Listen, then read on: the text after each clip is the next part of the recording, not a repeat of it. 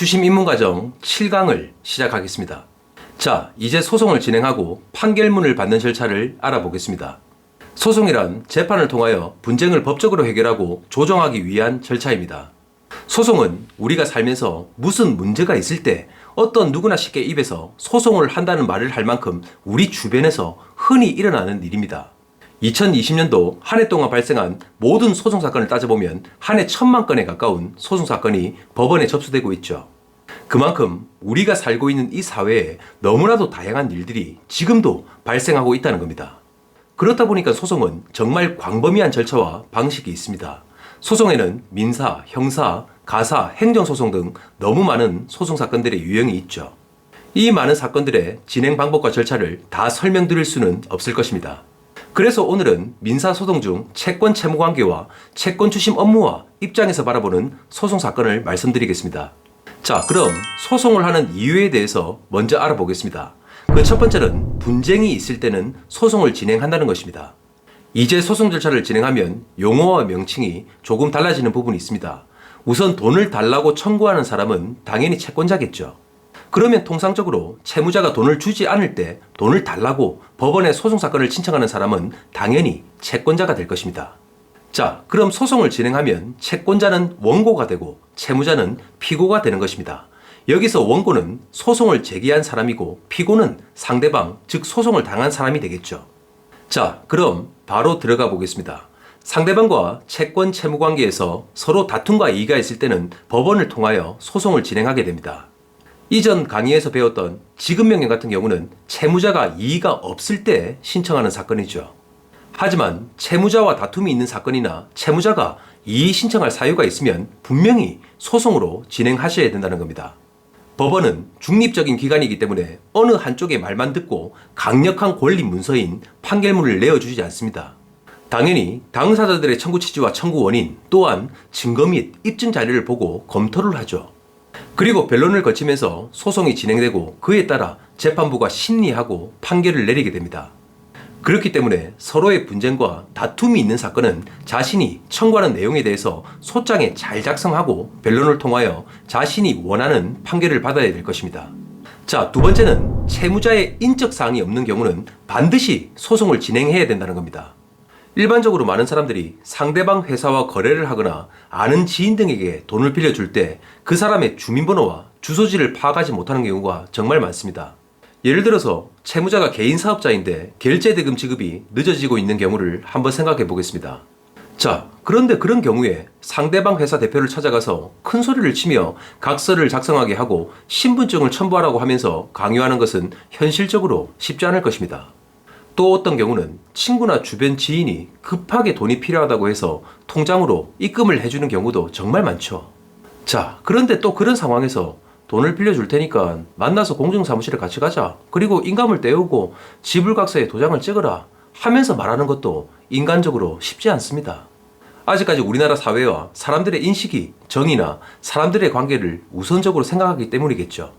그런데 막상 채권 채무 관계가 생기면 상대방의 인적사항이 아무것도 없어서 당황을 하는 경우가 정말 많습니다.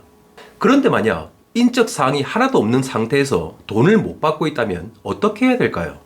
당연히 이런 경우에 소송을 진행해야 된다는 겁니다.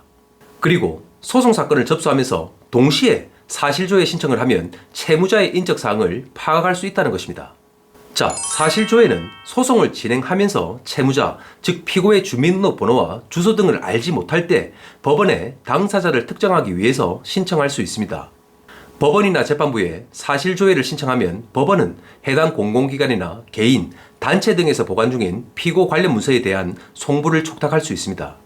그러면 그 후에 법원으로 채무자의 인적사항이 담긴 문서가 오게 되겠죠. 자, 그러면 열람하여 보정명령을 받고 당사자 표시정정, 즉 채무자의 주민번호와 주소 등을 기입하여 법원에 제출하면 됩니다. 그렇게 해서 채무자인 피고를 정확하게 특정하여 사건을 진행할 수 있습니다. 자, 채무자의 정확한 주민번호와 공부상의 주소지가 없이 소송을 해서 판결을 받으면 압류나 집행을 할 수 없는 집행권한이 된다고 분명히 말씀을 드렸죠. 그러면 실질적으로 어떤 경우에 사실조회를 많이 하는지 같이 알아보겠습니다. 자, 그 첫 번째는 채무자에게 돈을 빌려준 통장 입금 내역만 있을 때 해당 은행에 대한 사실조회 촉탁 신청이 가능합니다. 그리고 두 번째는 상대방 거래처와 거래한 세금 계산서가 있을 때도 사실조회가 가능하죠. 예를 들어 채무자가 법인 사업자인 경우를 알아보겠습니다. 자, 법인에 대한 법인 등록번호 및 사업장 주소 등은 전부 공개 정보이기 때문에 인터넷 등기소에서 쉽게 열람이 가능합니다. 그 정보들을 소장에 기입하여 판결을 받으면 그 법인 재산에 언제든지 강제 집행을 할 수 있는 판결문이 나옵니다. 하지만 채무자가 개인 사업자일 경우 사업자 등록증상에 나와 있는 사업자 등록번호와 사업장 소재지만 가지고 소송을 하고 판결을 받으면 절대 안 된다는 겁니다. 정말 많은 분들이 채무자의 주민번호를 몰라서 사업자 등록증이나 세금 계산서에 나와 있는 사업자 등록번호와 사업장 소재지로 해서 당사자를 표시하고 판결문을 받는 경우가 너무나도 많습니다. 자, 이렇게 판결을 받으면 채무자 사업장 외에 다른 어떤 재산에도 압류, 집행, 경매 등의 절차가 불가하다는 것입니다. 또한 사업장도 유체동산 집행 정도가 가능하지만 경매를 하기 위해서는 또 채무자의 주민번호를 어차피 받아내야 된다는 겁니다. 정말 많은 분들이 착각하는 것이 있습니다. 소장을 작성하고 제출할 때 당사자의 표시를 잘못 작성하는 경우가 정말 많겠죠. 하지만 향후 집행이 안 되는 문서가 된다고 해도 절대 법원에서 그 오류를 지적해 주지 않는다는 겁니다. 재판을 하면서 판사님이 소장의 채무자의 정보를 보고 채권자에게 이건 나중에 판결을 받아도 강제 집행 절차가 불가합니다 하면서 친절하게 설명해 주지 않는다는 거죠. 이런 것을 모르고 진행했다가는 수십, 수백만 원의 소송 비용을 날리게 되고 수개월, 수년에 걸려 힘들게 받은 판결문은 그냥 쓰레기가 된다는 겁니다. 그 결과 경정 신청 정도로 끝나는 것이 아니라 다시 처음부터 소송을 해야 될 수도 있다는 것입니다. 자신이 몰라서 그리고 무지해서 실수했다는 말은 어디에도 통하지 않는다는 것을 꼭 알아두십시오. 자, 이제부터는 채무자의 사업자 등록증을 소지하고 있거나 세금 계산서 등이 있으면 소송 진행 후 국세청을 통한 사실조회를 신청하셔야 합니다. 그리고 세 번째는 채무자를 형사 고소한 사실이 있을 때 경찰서 또는 검찰로 수사 기록에 대한 사실조회 촉탁 신청이 가능합니다. 그리고 네 번째는 채무자의 이름과 전화번호밖에 모를 때 통신사로 사실조회 촉탁 신청이 가능하다는 것입니다. 자, 이 경우 외에도 각가지 사안에 따라 그리고 기관에 따라 다양하게 사실조회 신청을 이용할 수 있습니다. 채무자의 주민번호와 주소를 모를 경우 분명 사실조회 신청을 하시고 채무자, 즉 피고의 인적사항을 필히 특정해서 소송을 진행하시길 바랍니다. 자, 우리가 앞서 배운 지급명령 같은 경우는 무조건 채무자에게 문서가 송달이 되어야 합니다. 송달이 되지 않으면 지급명령 신청 사건은 각하가 됩니다. 자, 하지만 소송은 채무자에게 일반 송달, 특별 송달까지 했는데도 불구하고 송달이 되지 않으면 공시 송달 절차가 진행되어 결국에 판결을 받을 수가 있습니다.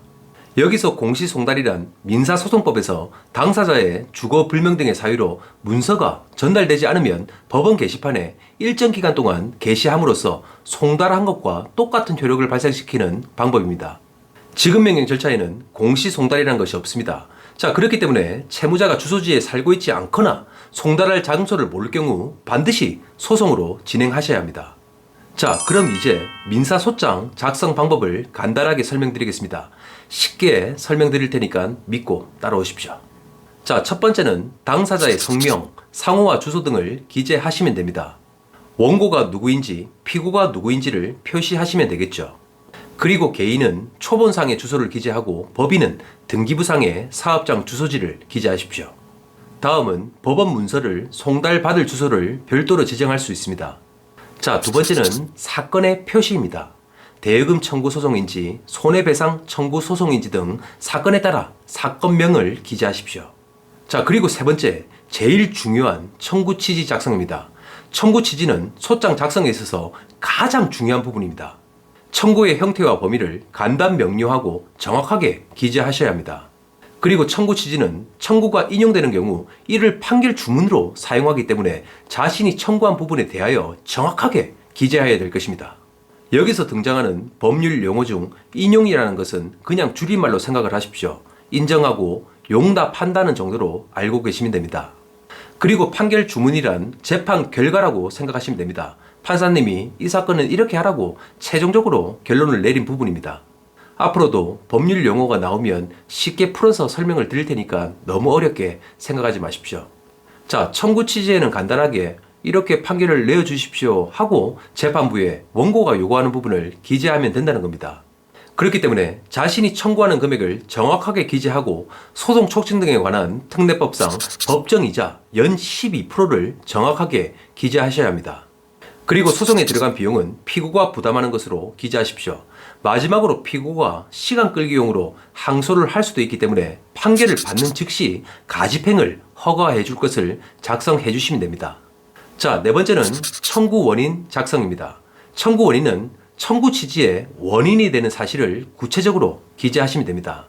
청구 원인은 원고가 주장하는 권리 또는 법률 관계의 성립 원인으로 소송을 제기한 이유에 대해서 육하 원칙에 따라 자세하게 작성을 하십시오. 그리고 다섯 번째는 덧붙이는 서류입니다. 덧붙이는 서류의 표시에는 입증 방법과 첨부 서류를 기재하시면 됩니다. 자, 입증 방법에는 소장의 내용과 그 사실을 뒷받침하는 증거 자료를 기재하고 첨부하시면 됩니다. 그리고 첨부 서류에는 증거와는 관련이 없지만 소송을 진행하면서 발행된 서류를 첨부하면 됩니다. 예를 들어 위임장, 법인 등기부등본, 영수증 등이 이에 해당될 것입니다. 자, 이제 마지막으로 작성한 날짜를 기입하십시오. 그리고 원고의 이름을 적고 도장을 찍으십시오. 그리고 제일 마지막 하단에 소를 제기하는 관할 법원을 표시하면 끝납니다. 자, 이렇게 간단하게 소장을 작성하는 방법을 알아봤습니다. 오늘 내용이 많은 분들에게 다소 생소하고 어렵다고 느낄 수도 있을 것입니다. 저도 최대한 쉽게 풀어서 설명해드리기 위해 매번 노력하고 있지만 법률 용어라는 것이 많은 분들이 낯설어 하신다는 것을 정말 잘 알고 있습니다. 하지만 천천히 하나씩 같이 알아가다 보면 분명 자신과 자신의 주변에 일어나는 많은 일들을 해결해 나가고 본인 스스로를 지킬 수 있는 큰 힘이 될 것입니다. 자, 우리 주변에 이런 정보들이 많이 알려지고 선순환이 일어날 수 있도록 더욱더 노력하겠습니다. 오늘도 마지막까지 수고하셨습니다. 다음 강의에서 뵙도록 하겠습니다.